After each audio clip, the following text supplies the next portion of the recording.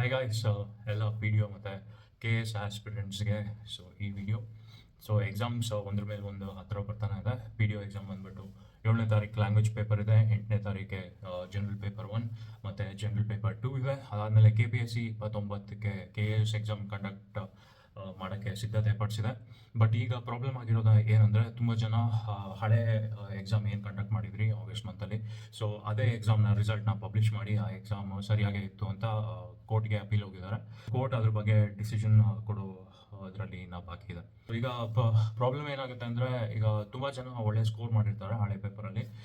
ಅವ್ರಿಗೆ ಈಗ ಬರುವಂತಹ ನೆಕ್ಸ್ಟ್ 29th ಎಕ್ಸಾಮಲ್ಲಿ ಸ್ಕೋರ್ ಆಗದೆ ಅವರು ಹಿಂದೆ ಉಳಿದ್ರು ಅಂದರೆ ಅವ್ರಿಗೆ ಕೂಡ ಅನ್ಯಾಯ ಆಗುತ್ತೆ. ಈ ಒಂದು ಸಿನಾರಿಯೋ ನೋಡಿದ್ರೆ KPSC ಇಲ್ಲ ಒಂದು ನಮ್ಮ ಹೈಕೋರ್ಟ್ ಏನು ಡಿಸಿಷನ್ ತೊಗೊಳುತ್ತೆ ಅಂತ ಕಾದು ನೋಡಬೇಕಾಗಿದೆ. ಬಟ್ ಎನಿವೆ, PDO ಎಕ್ಸಾಮ್ ಬರ್ತಾ ಇದೆ. ಟೋಟಲ್ ಆಗಿ 250 ಪೋಸ್ಟ್ ಇದೆ. General merit, general category 10 post ಇದೆ. ವಿಮೆನ್ ಅವ್ರಿಗೆ ಆಲ್ಮೋಸ್ಟ್ ಒಂದು 20 ಪೋಸ್ಟ್ ಇದೆ. ಎಲ್ಲ ಚೆನ್ನಾಗಿ ಓದ್ಕೊಳ್ಳಿ. ಈಗ ಲಕ್ಷಾಂತರ ಜನ ಎಕ್ಸಾಮ್ ಬರೀತಾ ಇದ್ದೀರಾ, ಬಟ್ ಕಾಂಪೀಟ್ ಮಾಡೋದು ಎಷ್ಟು 10 ಪೋಸ್ಟ್ಗೆ, ಒಂದು 15 ಪೋಸ್ಟ್ಗೆ ಅಷ್ಟೇ. ನಿಮ್ಮ ಸ್ಕೋರು ಟಾಪಲ್ಲಿ ಬರಬೇಕಾಗುತ್ತೆ.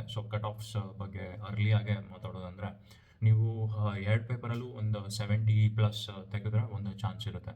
I mean general category wise.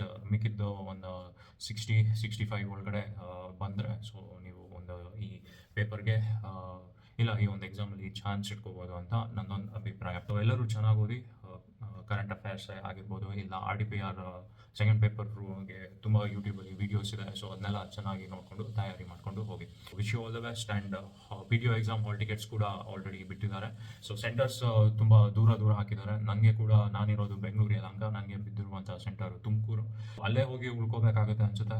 ಈಗ ಒಂದು ಎಕ್ಸಾಮ್ನಲ್ಲಿ ಇರೋ 10 ಪೋಸ್ಟ್ಗೆ ನಾವು ಅಲ್ಲಿ ಹೋಗಿ ಅಲ್ಲಿ ಸ್ಟೇ ಆಗಲೇಬೇಕಾಗತ್ತೆ. ನಾನು ತುಮಕೂರಲ್ಲಿ ಕನ್ನಡ ಪೇಪರ್ ಮುಗಿಸ್ಕೊಂಡು ಮತ್ತೆ ಬೆಂಗಳೂರಿಗೆ ಬಂದು ನಾಳೆ ಹೊಡ್ತೀನಿ ಅಂದರೆ ಸಾಧ್ಯ ಅಲ್ಲ.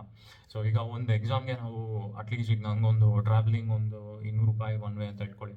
400 ಅಲ್ಲಿ ಉಳ್ಕೊಳಕ್ಕೆ 1000, ಅಲ್ಲಿ ಊಟ ತಿಂಡಿ ಖರ್ಚು 2-2.5 ಸಾವಿರ ಖರ್ಚು ಮಾಡಿ ಎಕ್ಸಾಮ್ ಬರೆದು ರಿಸಲ್ಟ್ ಬಂದರೆ ಓಕೆ. ರಿಸಲ್ಟ್ ಬರಲಿಲ್ಲ ಅಂದರೆ ಸುಮ್ಮನೆ ದುಡ್ಡು ವ್ಯರ್ಥ, ಟೈಮು ವ್ಯರ್ಥ.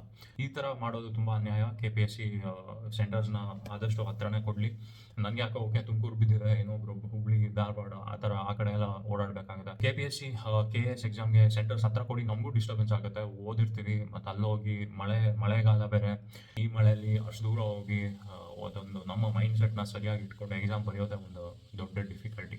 KPSC ನಮ್ಮ ರಿಕ್ವೆಸ್ಟ್ ಇಷ್ಟೇ, ಸೆಂಟರ್ಸ್ನ ಕರೆಕ್ಟಾಗಿ ಕೊಡಿ, ಎಕ್ಸಾಮ್ನ ಕರೆಕ್ಟಾಗಿ ಮಾಡಿ. ಆಮೇಲೆ ಎಕ್ಸಾಮ್ ಹಾಲಲ್ಲಿ ಚಪ್ಪಲಿ ಹಾಕಬೇಡಿ, ಪ್ಯಾಂಟ್ ಹಾಕಬೇಡಿ, ಜೀನ್ಸ್ ಪ್ಯಾಂಟ್ ಹಾಕಬೇಡಿ, ಫುಲ್ ಹ್ಯಾಂಡ್ ಶರ್ಟ್ ಹಾಕಬೇಡಿ ಅಂತೆಲ್ಲ ರೂಲ್ಸ್ ತಂದಿದ್ರು. ಅದು ಓಕೆ. ಬಟ್ ನಿಮ್ಮ ಕಡೆಯಿಂದ ಕ್ವಶನ್ ಪೇಪರ್ಗಳನ್ನೂ ಸರಿಯಾಗಿಡಿ. ಎಲ್ಲೂ ಕನ್ಫ್ಯೂಷನ್ಸ್ ಇಲ್ಲ, ಒಬ್ಬ ಕ್ಯಾಂಡಿಡೇಟ್ಗೆ ಎಲ್ಲೂ ಅನ್ಯಾಯ ಆಗದೆ ಎಕ್ಸಾಮ್ಸ್ನ ಕ್ಲೀನಾಗಿ ಕಂಡಕ್ಟ್ ಮಾಡಿ. ಇಷ್ಟು ನನ್ನ ಅಭಿಪ್ರಾಯ. ಎಲ್ಲ PDO ಮತ್ತು KS ಅಭ್ಯರ್ಥಿಗಳಿಗೆ wish you all the best.